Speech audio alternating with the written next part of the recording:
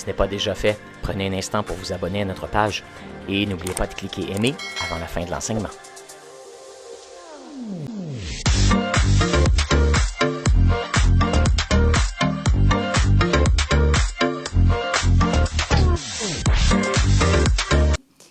Pascal puis moi, on est vraiment excités de faire partie de l'histoire du Carrefour, mais particulièrement dans ce moment-ci. Dieu est à l'œuvre. À chaque semaine, on entend des témoignages de gens qui choisissent de faire l'Église, leur Carrefour, leur maison spirituelle. Chaque semaine, on entend des histoires de miracles, des gens qui ont trouvé des amis qui étaient seuls, mais qui se trouvent des amis. Chaque semaine, on entend des gens qui sont libérés. Puis, c'est vraiment un temps excitant pour faire partie de l'Église, le Carrefour. Le Seigneur fait grandir son Église, puis c'est vraiment incroyable. Voici notre mandat, l'Église de Carrefour, pour Pascal et moi, et de toute l'Église, de l'équipe dirigeante, c'est vraiment de créer un environnement sécuritaire où les gens trouvent des amis attachants avec lesquels on peut cheminer dans la foi. Et on croit aussi qu'une des clés principales du bonheur, c'est les relations interpersonnelles. Je suis sûre que vous connaissez des personnes qui sont peut-être bien nantis, qui ont pas mal tout ce qu'on pourrait avoir dans la vie, mais qui sont seuls parce qu'ils ont de la difficulté d'être en relation avec d'autres personnes. Et puis ça, on peut posséder le monde, mais si on est seul puis on n'a pas d'amis, puis on est déconnecté de tout le monde, il n'y a pas de bonheur là-dedans. Alors, notre désir, c'est de bâtir une communauté accueillante et bienveillante où chacun trouve sa place. Chacun trouve sa place. Alors, regardez quelqu'un autour de votre table et dites « Je suis content que tu es ici, tu es à ta place. »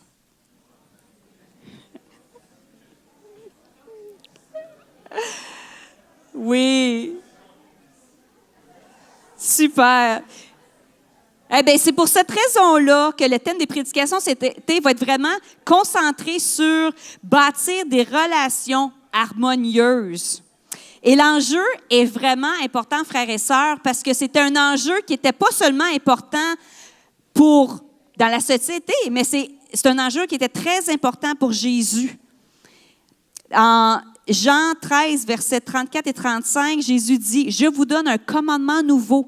Aimez-vous les uns les autres. Oui, comme je vous ai aimés, aimez-vous les uns les autres. » Ça fait 2 fois qu'il dit. « À ceci, tous reconnaîtront que vous êtes mes disciples, à l'amour que vous avez les uns les autres. » Si Jésus dit quelque chose une fois, t'écoutes. 2 fois, t'écoutes encore plus. 3 fois, tu as besoin de le faire. Là. On s'entend? Il dit 3 fois dans 2 phrases. Et même que dans ce passage-là, Jésus dit que notre meilleur outil d'évangélisation, ce n'est pas des pamphlets, ce n'est pas des versets. Notre meilleur outil d'évangélisation est notre capacité d'être en relation avec les autres. Vous allez être connus, les gens vont vous reconnaître par l'amour que vous avez les uns envers les autres. Alors, l'amour, c'est vraiment notre plus grand, notre capacité d'être en relation ensemble, c'est notre plus grand outil d'évangélisation.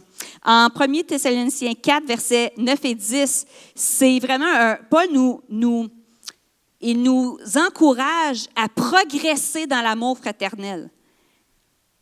Mais s'il faut que tu progresses, ça veut dire qu'il y a un niveau de croissance. Ça veut dire qu'on n'est pas né en ayant toutes ces habiletés-là. C'est quelque chose qu'on développe. On peut apprendre à s'aimer les uns les autres. Comme mes enfants, moi j'ai eu 3 enfants en bas de 5 ans, et puis ça a été beaucoup de conversations. Exprime tes émotions, frappe-le pas sa tête avec un jouet. Hein? Vous n'avez eu On progresse dans les relations, on progresse dans l'amour. Parce que naturellement, des bébés, des jeunes enfants, c'est assez égoïste. Hein? Ça veut-tu partager ses affaires? C'est-tu tout le temps faim? Non. Bon, on les excuse. Ils sont jeunes, on est là pour les éduquer. Mais c'est le point, c'est qu'on progresse dans l'amour.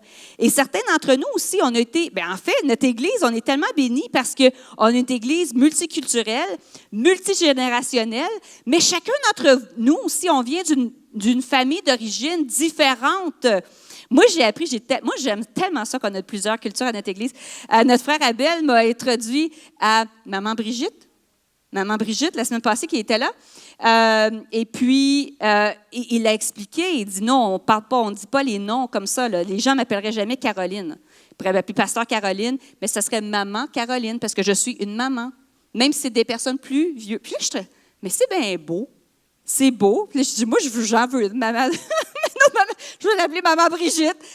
C'est beau. C'est beau. Est-ce qu'on est obligé de le faire? Non.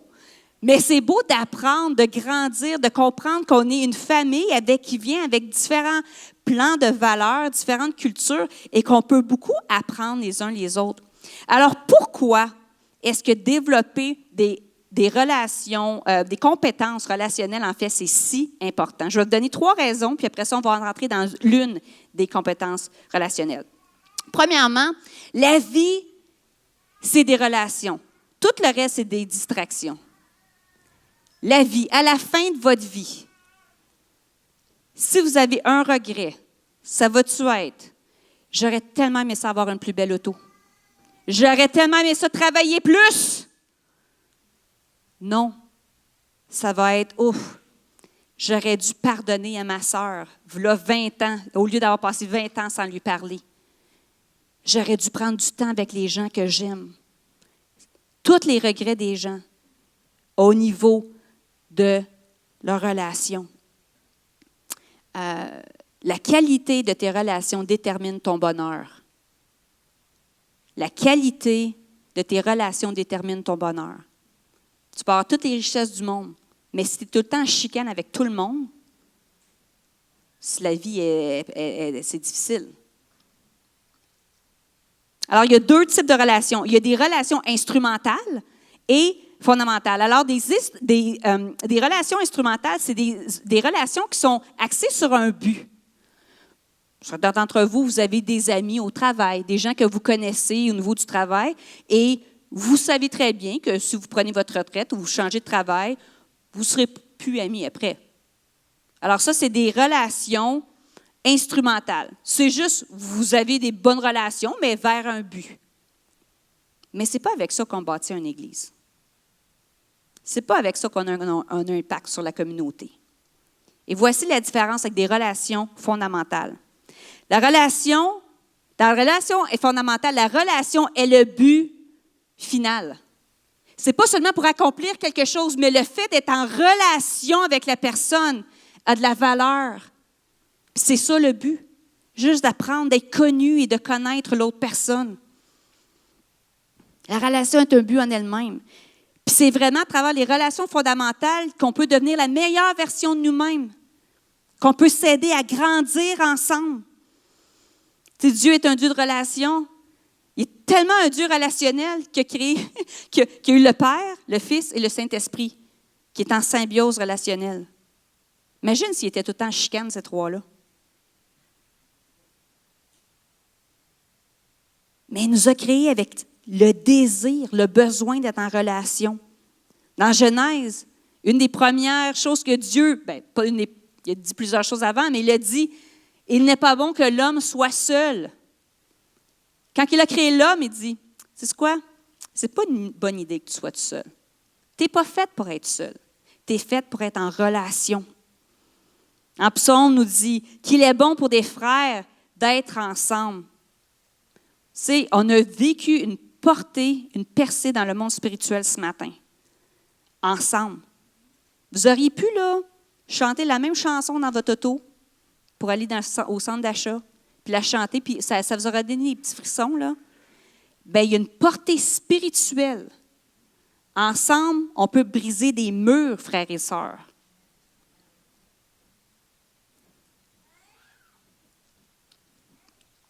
Alors, il y a 2 niveaux aussi de la relation. Il y a le niveau d'intimité et le niveau d'étendue. Alors, le niveau d'intimité dépend de la proximité. C'est à quel point qu'on laisse les gens rentrer dans notre univers et qu'on est prêt à rentrer dans l'univers de l'autre. Et l'étendue, c'est souvent la portée et la durée. C'est jusqu'à quel point est-ce que je suis prête de cheminer avec toi? Quand j'ai décidé de marier Pascal, je m'engageais à cheminer avec lui jusqu'à ce que la mort nous sépare. C'est sûr que c'est différent.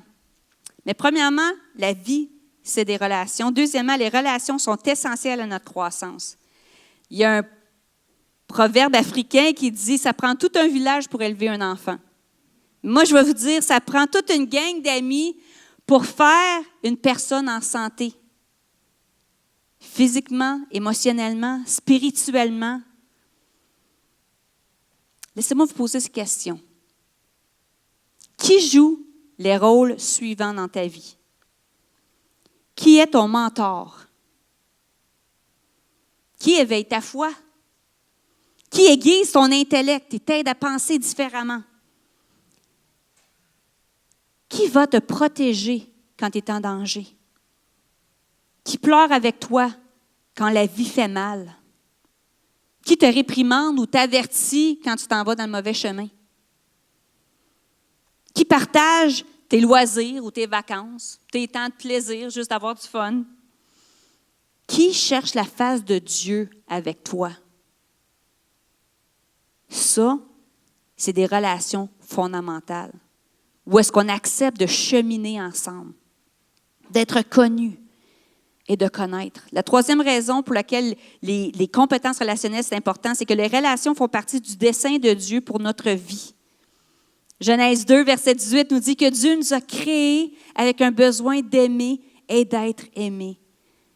J'aime beaucoup la citation du pasteur Philippe Jarret qui dit « Quand un cœur n'est plus nourri par des relations, il commence à se replier, à s'isoler et à être affamé. »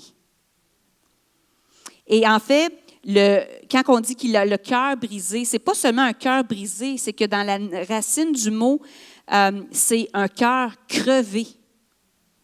C'est comme si on prendrait une lance et on crevait le cœur, on ferait un trou dedans. Et je dois vous dire qu'il est possible d'être guéri d'un cœur brisé. Il est possible de se relever des relations dysfonctionnelles qui nous ont abîmés dans la vie. Si on prend l'exemple de Joseph et ses frères, il est possible que Dieu soit glorifié à travers toute relation. Dans Luc 17, verset 1, ça nous dit que bien que les relations peuvent être parfois une occasion de chute, soyons comme Jésus. Il nous appelle à nous aimer comme lui nous a aimés. Ce qui veut dire, c'est à chaque fois qu'on se débranche d'une relation parce qu'on est déçu, « Oh, la personne ne rencontre pas mes attentes, je suis déçu. » Puis on décide de se débrancher de la personne, qu'est-ce qui arrive? On finit par être seul, aigri et rempli d'amertume. Alors, quel est le but de tout ce qu'on fait? Le but, c'est l'intimité relationnelle. Certains d'entre vous, vous êtes à l'Église Le Carrefour depuis 30 ans. C'est extraordinaire. On vous aime. C'est merveilleux. Certains d'entre vous, vous êtes à l'Église Le Carrefour depuis 1 semaine. C'est extraordinaire. On est content que vous soyez là. Quelle belle opportunité, alors qu'on a comme une nouvelle assemblée depuis la COVID. Mais il faut prendre le temps de se connaître. L'année passée, on a fait des tables rondes comme ça, puis il y a des gens qui m'ont dit « Ça fait 20 ans que je viens à l'Église ici, je connais la personne depuis 20 ans, mais je n'ai jamais entendu son témoignage. » C'était vraiment beau d'entendre son histoire. C'est ça qu'on veut faire cet été. C'est de créer un format dans lequel vous pouvez partager votre histoire et apprendre à grandir ensemble. Parce que le but, c'est d'être connu et de connaître, d'être entendu et d'écouter. Le but est d'être compris et de comprendre l'autre aussi, d'être accepté et d'accepter l'autre, d'être apprécié et d'avoir la capacité d'apprécier l'autre, même s'ils sont différents, de recevoir et de donner, d'aller et d'accueillir. Alors cet été, on va passer à travers 12 différentes compétences relationnelles qui vont vous permettre vraiment à obéir au commandement de Jésus qui dit « Aimez-vous les uns les autres ». C'est un non négociable. Il dit 3 fois dans une phrase et demie. C'est important. Alors, je vais passer vite à travers les 12 compétences, puis on va parler de la première, puis après ça, on va parler des différentes. On va faire parler avec aux tables. Pascal, je vais donner le micro pour les indications pour les tables après. Parfait. Alors, les 12 compétences relationnelles, premièrement, c'est l'authenticité. C'est de faire part de ses vrais sentiments. C'est ça qu'on va parler aujourd'hui. La deuxième, c'est l'ouverture proactive. De prendre l'initiative plutôt qu'attendre l'initiative de l'autre. Le troisième, c'est la réciprocité. Je l'ai pratiqué genre plein de fois. Oui, la réciprocité ou la mutualité. C'est de prendre soin et d'encourager les uns les autres mutuellement. Et aussi, c'est d'écouter autant que je parle. Ouf! Moi, je l'ai dû apprendre en tant que coach. En tant que coach, moi, je suis un coach professionnel dans la vie, et le coach parle seulement 20 % et le client doit parler 80 % du temps. Il y en a-tu qui aiment là parler, qui a la jasette facile ici? Seulement Mario? Seulement Mario dans toute la gang? Oui, André, oui. Mais moi, j'ai jasette facile. Il a vraiment fallu que, OK. Oui, j'ai tout le temps plein d'affaires à dire, mais la mutualité, c'est que je ne veux pas tout le temps parler plus de toi. Je veux être sûre que je crée de l'espace dans la conversation pour que toi, tu aies tout dire ce que tu as à dire. Numéro 4, l'empathie. Se mettre à la place de l'autre et de ressentir les émotions des autres. Numéro 5, c'est la synergie. De mettre son énergie en commun afin de réussir et de multiplier le succès. Numéro 6, la miséricorde ou la grâce, la capacité de pardonner. Numéro 7, la franchise. Se dire la vérité et d'avoir la maturité émotionnelle et relationnelle de surmonter les tensions, se dire les vraies choses. Numéro 8, l'humilité, c'est d'admettre ses faiblesses et ses torts. Numéro 9, l'assertivité, l'affirmation de soi et l'affirmation de l'autre aussi. Numéro 10, la confidentialité, ne pas faire des ragots. Merci chérie pour ce sourire de pitié. Ne pas parler dans le dos des gens. Numéro 11, l'engagement durable et régulier. Numéro 12, c'est l'élargissement, c'est la capacité d'accueillir et d'intégrer d'autres personnes dans notre monde aussi. Et encore là, le but de tout ça, c'est de créer des relations aimables parce que Dieu fait tellement quelque chose de beau dans notre vie, notre Église. Puis il faut réapprendre à se connaître. Sinon, on va passer complètement à côté de ce que Dieu fait, puis on va dire, moi, je ne trouve plus ma place, je me retrouve pas. Là, cet été, le but, c'est de vous faire des nouveaux amis, de rebâtir des liens avec peut-être des personnes que vous n'avez pas parlé depuis longtemps et de vous faire des nouvelles amitiés. Quel beau cadeau! Quel beau cadeau! Puis le format est participatif. Chaque semaine, on va avoir un enseignement à peu près de 20 minutes et puis on va avoir des conversations autour des tables. Et ce qui m'amène à notre première valeur, pas valeur, mais compétence relationnelle qui est l'authenticité. Écoute, des fois, je fais ça, là, je suis un petit peu pas rebelle, là. Mais j'aimerais ça que vous me dites des mots, quand vous dites, juste, vous pouvez le dire tout haut, là, quand on parle d'authenticité, qu'est-ce qui vous vient à l'esprit? Juste dites les mots forts. Naturel, OK? Être vrai? Être soi-même, oui, quoi d'autre? Pardon? Honnête, oui. D'autres choses qui viennent à l'esprit? Oui, c'est pas mal ça, hein? L'honnêteté. Voici une de nos définitions.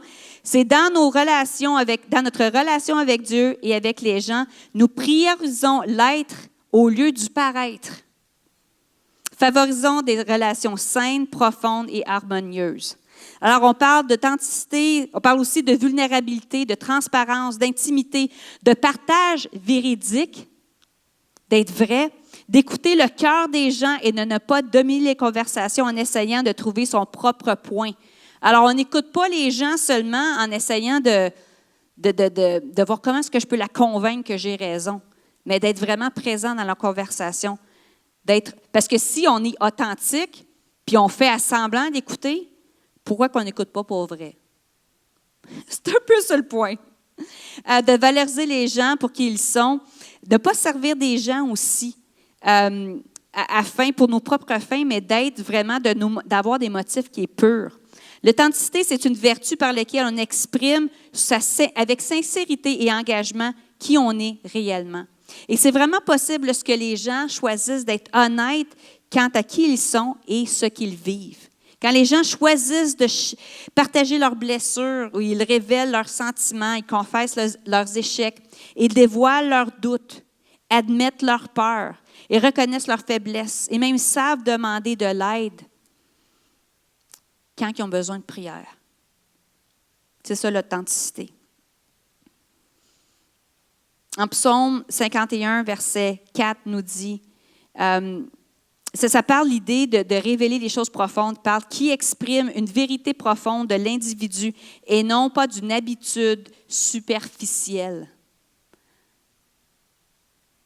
Qu'on peut être vraiment vrai puis vivre vraiment ce qui vient dans notre pensée sans... Des fois, hein, ça peut se sentir impoli. Hein. Moi, quand j'étais jeune, moi, je fake pas bien. Qu'est-ce que tu veux que je te dise? Je n'ai pas la capacité de faker. J'étais assez authentique naturellement. Mon père m'achetait tout le temps du linge.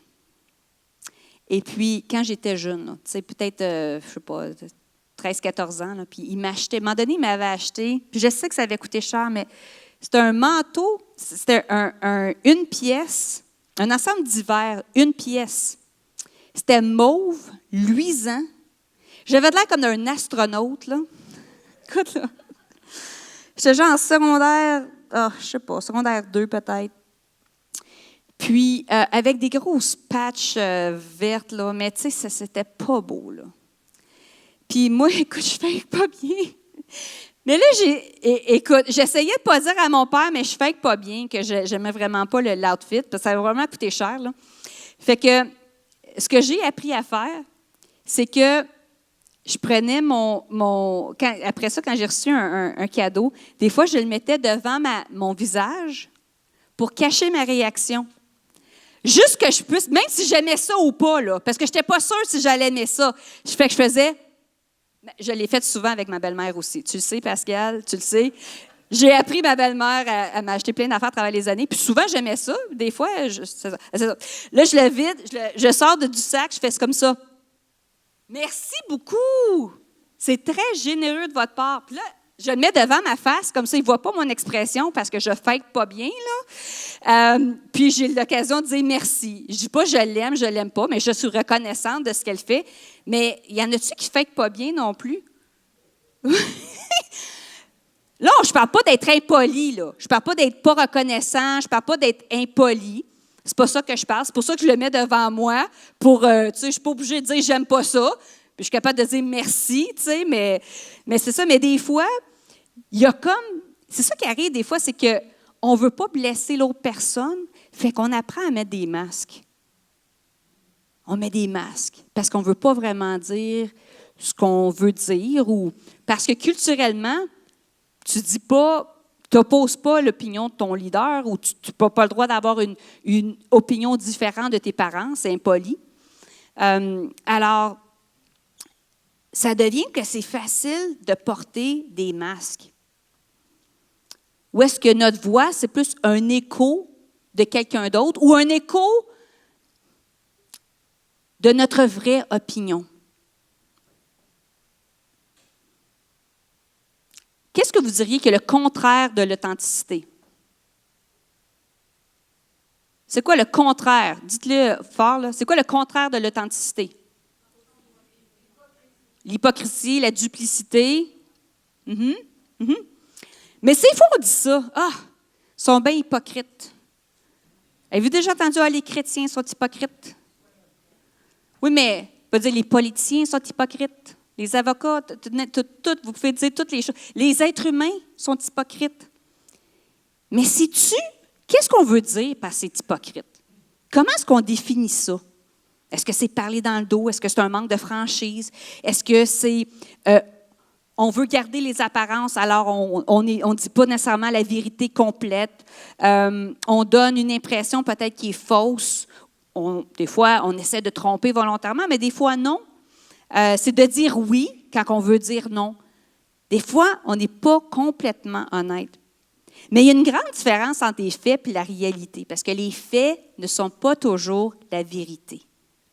Dites ça avec moi. Les faits ne sont pas toujours la vérité. Alors, le fait, ça peut être un comportement observable et la vérité, c'est ce qui est dans le cœur des gens. Savez-vous que le sondage, il y a une organisation entre le Québec qui s'appelle Léger et Léger, qui font des sondages auprès des Québécois. Et puis, ils ont fait des milliers, ils ont interviewé des milliers de Québécois, puis on dit, qu'est-ce qui est plus important pour vous dans la vie? Puis les Québécois, ils ont dit, être heureux, le bonheur, c'est la valeur numéro 1 au Québec. C'est pas nous qui le dit, là, c'est les recherches. Être heureux, c'est la valeur numéro 1 au Québec. Les Québécois prennent le bonheur au sérieux. Mais ce qui amène des fois à des réflexions court terme, c'est que le bonheur, c'est ce qui m'aide à me sentir bien là, au présentement, même si ça va peut-être être pas bon pour moi à long terme. Les Québécois aiment l'harmonie et le bonheur à tout prix. Mais ce qu'ils peuvent faire aussi, c'est que quand que ta valeur numéro 1, c'est le bonheur, c'est que tu ne veux pas avoir des confrontations qui va te donner des émotions pas très, très bonnes. C'est pas que tu es hypocrite, c'est que tu n'aimes pas la confrontation, tu n'es pas équipé pour avoir des conversations, de partager ton opinion, puis d'une manière que l'autre personne, et d'écouter l'autre perspective des autres. Alors souvent, c'est facile de s'en aller que d'avoir des conversations difficiles. C'est plus facile on appelle ça ghoster, d'être juste comme, j'ai jamais été là. Juste de faire semblant, tu serres la main. Mais non, il n'y en a pas de problème. Mais le désir, ce n'est pas nécessairement d'être hypocrite. C'est juste un manque, des fois, de compétences relationnelles. Connaissez-vous la différence?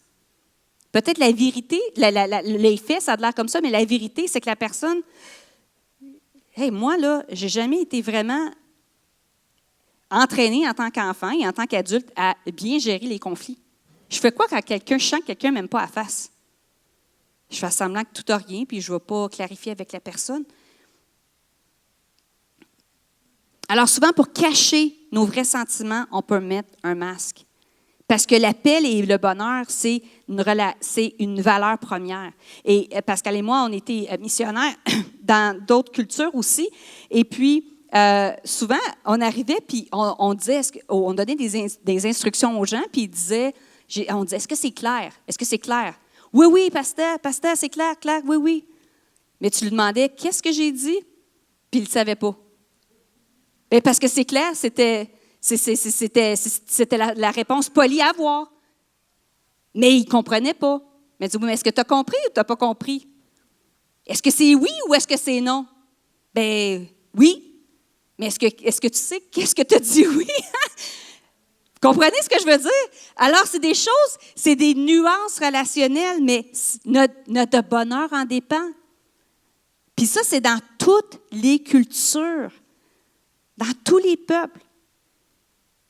C'est tellement facile de juger les uns les autres. Parce que quand on regarde à l'autre personne, on ne prend pas le temps d'être authentique avec nous-mêmes, d'aller d'aller creuser à l'intérieur de nous et de dire qu'est-ce qui se passe en dedans. Parce que quand on est capable d'aller creuser à l'intérieur de nous, dire qu'est-ce qui se passe en dedans, c'est là qu'on peut être vrai et authentique. Alors, la clé pour les relations harmonieuses, c'est vraiment l'authenticité. On a une question autour de la table. Il va être sur là. Pascal, tu veux donner des indications? On a des questions. Après ça, on va revenir ensemble. Puis, c'est ça. Vas-y. Super. Là, c'est à votre tour. On va mettre à l'écran les questions, Mario, si on est capable de faire ça maintenant. Puis on va vous donner une dizaine de minutes par question. Alors, première question qu'on met à l'écran, c'est celle-ci. Raconte une situation où tu as été authentique. OK? Ça va être la première question. Alors, vous vous donnez la chance de discuter de ça. Et ensuite de ça, la deuxième question, qui est comme à deux parties, c'est qu'as-tu à gagner ou à perdre à ne pas être authentique et qu'as-tu à gagner ou à perdre à être authentique? Alors, parce qu'il y a des risques, hein? À être authentique, il faut être prêt à prendre des risques. Alors, on va pouvoir évaluer un peu c'est quoi ces risques-là, puis ça sera à vous autres de voir en groupe là, si être authentique, c'est un risque qui vaut la peine d'être pris. Alors, on y va immédiatement avec la première question, puis allez-y aux tables. On met 10 minutes à l'écran. Puis, l'animateur, vous n'êtes pas là pour enseigner ou donner des leçons, vous êtes là pour faire parler. Oui, il y a des. Oui, ça va. Alors, allez-y, go!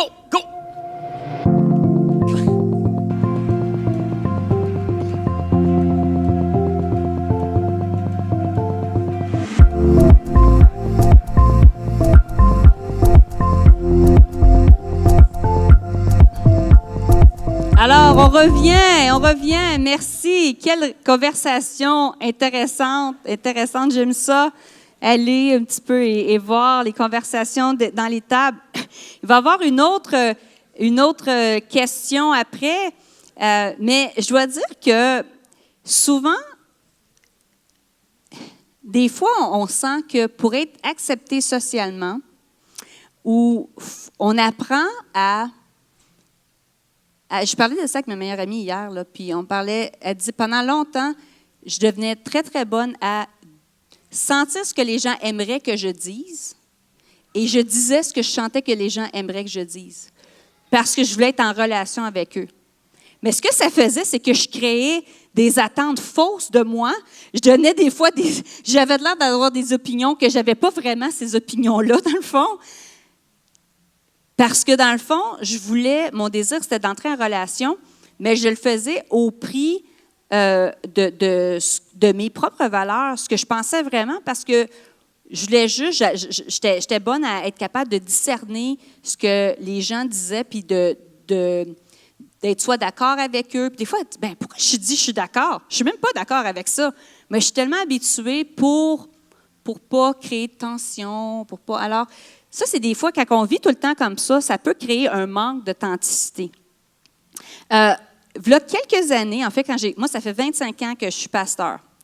Et puis, au début de notre pastorat, Pascal et moi, on était pasteurs, et puis, on m'avait dit, tu ne peux pas avoir d'amis dans l'Église quand tu es pasteur. Et puis, pendant c'est vraiment pas vrai, là, en passant. C'était un mauvais conseil de pasteur blessé qui m'avait dit ça. Mais il m'avait dit ça pendant plusieurs années. Puis, jusqu'au point qu'on est déménagé, Pascal et moi, j'étais pasteur dans une plus grosse église à Victoria, qui est en Colombie-Britannique. Et puis, à ce moment-là, ma fille, Samira, elle avait seulement 11 mois. On est déménagé. Alors, je suis déménagée avec mon mari, mon petit bébé de 11 mois, avec une position quand même très demandante, là. J'étais en charge de une grosse équipe de bénévoles, plusieurs enfants, peut-être 250 enfants à un moment-là, puis prêchés, différentes choses. Et puis, je me sentais tellement seule, là. J'étais loin de ma famille. Pour ceux qui ne savent pas, pour se rendre à Vancouver, c'est peut-être 5 heures, 6 heures d'avion. Alors, tu ne vas pas voir ta famille à Noël, là. Tu ne vas pas. Alors, l'idée, c'est sûr que ce n'est pas Haïti, ce n'est pas l'Afrique. C'est pas l'Afrique, c'est beaucoup plus loin. Mais en même temps, je sais c'est quoi de vivre loin de ta famille pendant longtemps et de ne pas avoir de famille pour Noël, le jour de l'an, la fête. Tu es enceinte, mes 3 enfants, puis personne de ma famille m'ont vue enceinte, pas partager ces moments-là. Alors, je sais c'est quoi vivre cette déchirure-là quand tu habites loin. Et puis, je me souviens de m'être approchée d'une jeune maman. Et puis, elle avait, tous les deux, on avait notre banc d'auto. Le banc, c'est pesant, des bancs d'auto. Hein. Tu sais, quand l'enfant a comme 1 an, il est encore dans le banc d'auto, mais qui est trop pesant, alors tu es comme ça. tu traînes le banc d'auto comme ça, puis tu te fais tout le temps des bleus au niveau de la jambe. Et puis, j'ai demandé à une amie, son nom c'était Candy, comme un bonbon. Oui, c'est son nom, son vrai nom. C'est pas une version plus courte, c'est vraiment ça son nom. Son nom c'était Candy. Puis j'ai demandé si on pourrait aller prendre un café ensemble.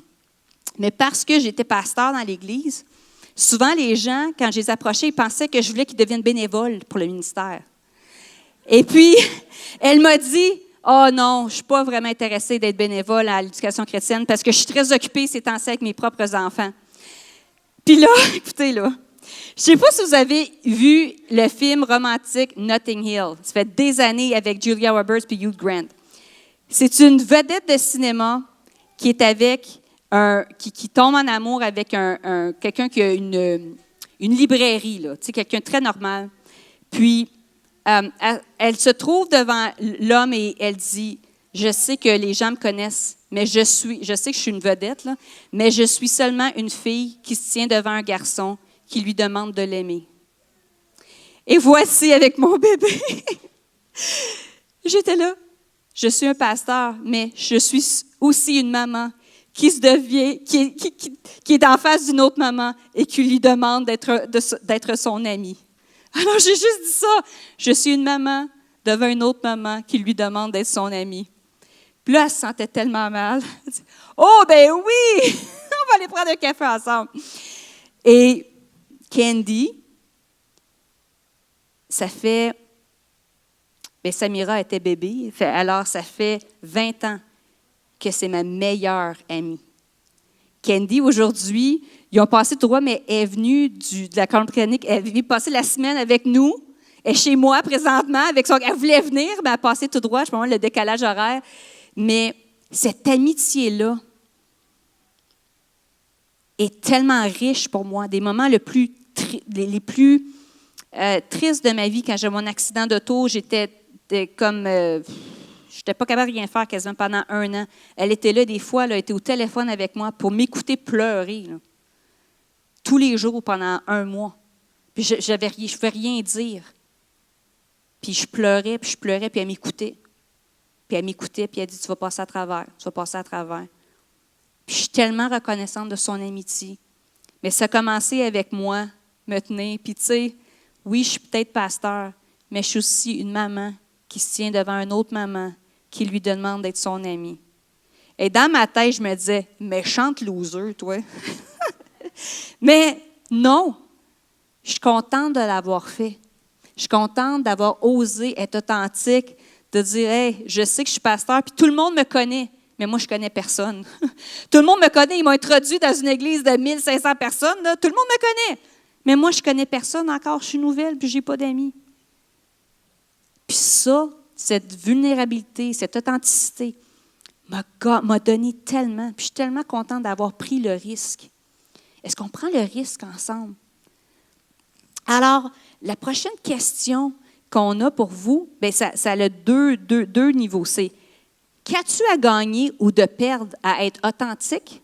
Et qu'as-tu à gagner ou à perdre de ne pas être authentique dans tes relations? Tout le monde est là? Qu'est-ce qu'on a à gagner ou à perdre de ne pas être authentique? Qu'est-ce qu'on a à gagner ou à perdre d'être vrai et authentique? On vous donne un autre 10 minutes.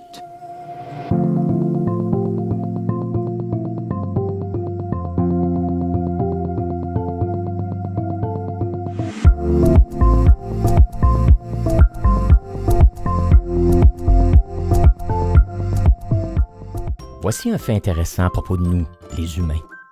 C'est que nous voulons tous bien paraître. Nous voulons faire bonne impression pour laisser savoir aux autres que nous sommes des êtres accomplis.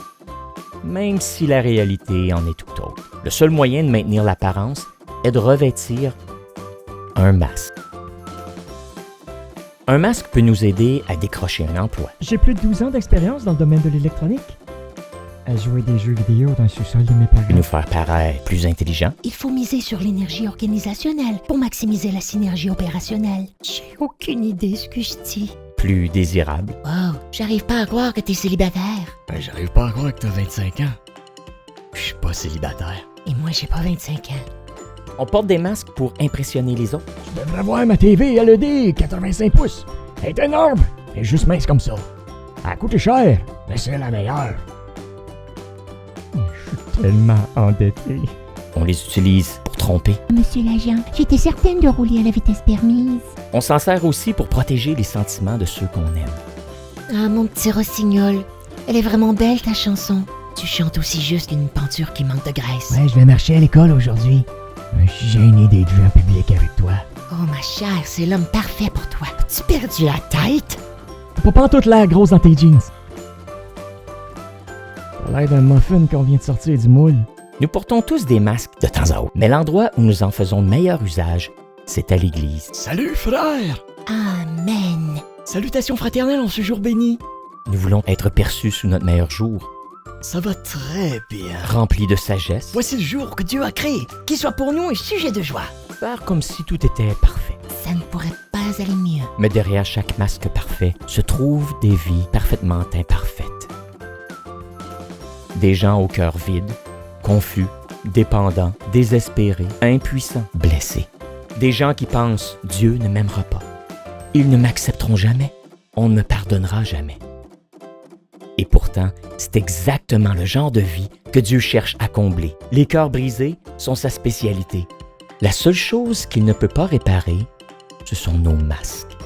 Chez nous, on a un dicton. Vaut mieux vrai que parfait. De toute façon, il n'y a personne de parfait. L'amour de Dieu n'est pas circonstanciel ni conditionnel. Il est nonobstant. Nous voulons tous bien paraître. Nous voulons tous faire bonne impression. Mais en ce qui a trait à Dieu, la meilleure façon de faire bonne impression, c'est en étant soi-même.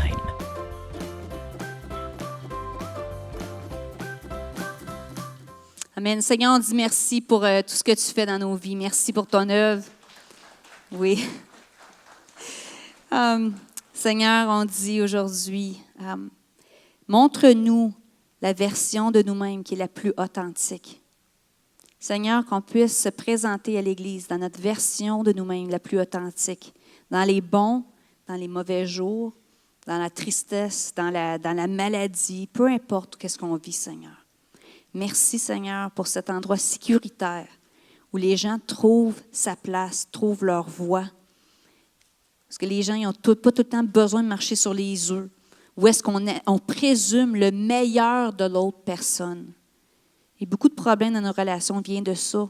On juge, on remplit les espaces dans les conversations, on assume des choses.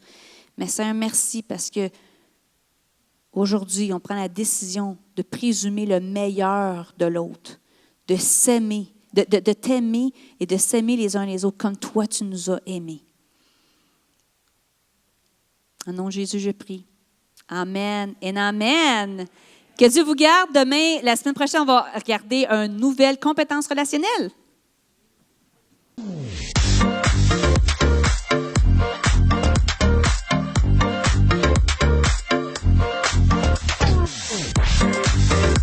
Si ce n'est pas déjà fait, prenez un instant pour vous abonner à notre page et n'oubliez pas de cliquer « Aimer » avant la fin de l'enseignement.